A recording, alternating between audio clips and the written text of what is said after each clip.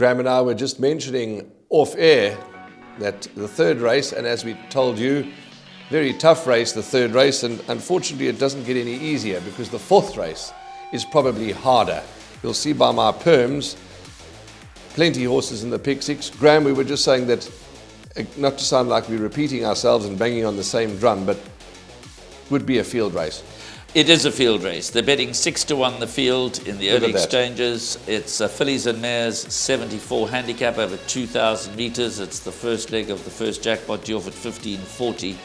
Quite frankly, I've included, I think, 7 horses in the pick 6 and the jackpots. I've included 5 in the place accumulator. But the only certain way of getting through, in my opinion, is to include the whole field. I've given the benefit of the doubt in making a selection. I've gone with number 6, Rise, to win it. Musieni doing duty for the Paul Lafferty stable, currently an offer at 8-1, but with no confidence whatsoever. I guess one can make a strong case, Warren, for number 5, Master's Beauty, because she has won her last 2. They've both been on the poly. She goes on the turf today. Jabu Jacobs has picked up the ride, will claim 2.5. That'll certainly help her. Quite a competitive weight, 53.5. Can she keep her winning roll going?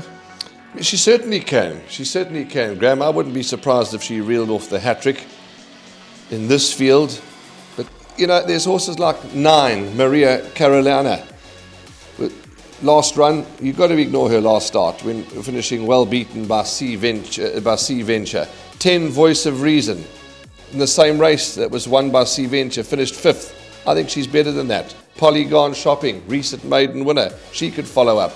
And we could go on and on and on. What's interesting about Maria Carolina, because she's a young daughter of Vercingetorix, Anton Marcus, riding for the very much informed Alison Wright stable, is her last run. She showed a lot of pace. That was over 1,900 meters. Now she actually goes a bit further now. She goes 2,000 meters, but that was her first go on the poly.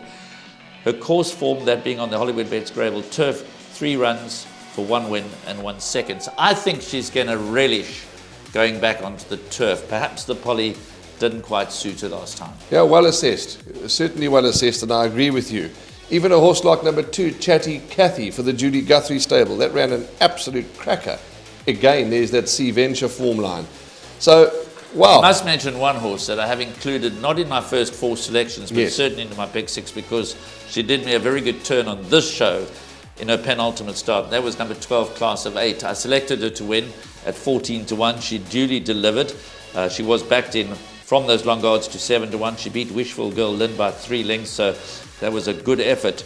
Her next start was on the poly track, was Diabolical. I also think stepping back to the turf she'll run better, but I think she's got more to do in this lineup than when she beat Wishful Girl Lynn by 3 lengths. But I certainly, as she did me a favour in her penultimate start, won in long odds, I've certainly included her into my pick 6 calculations. As I said, I've included half the field, but you could still go out. Queen's Plain, Santa Vittoria, they bring reasonably consistent form into a very difficult race. Well, when I looked, before we wrap this, the 4th race, Graham, when I looked at the form and I looked at this field, my exacta numbers, with no degree of confidence, for having to select a horse, I've gone for 13, Queen's Plain, from 14, Santa Vittoria, and they're both drawn very deep. So, trappy race, let's see how it unfolds, but the advice from the GTV studio is to include as many horses as you can.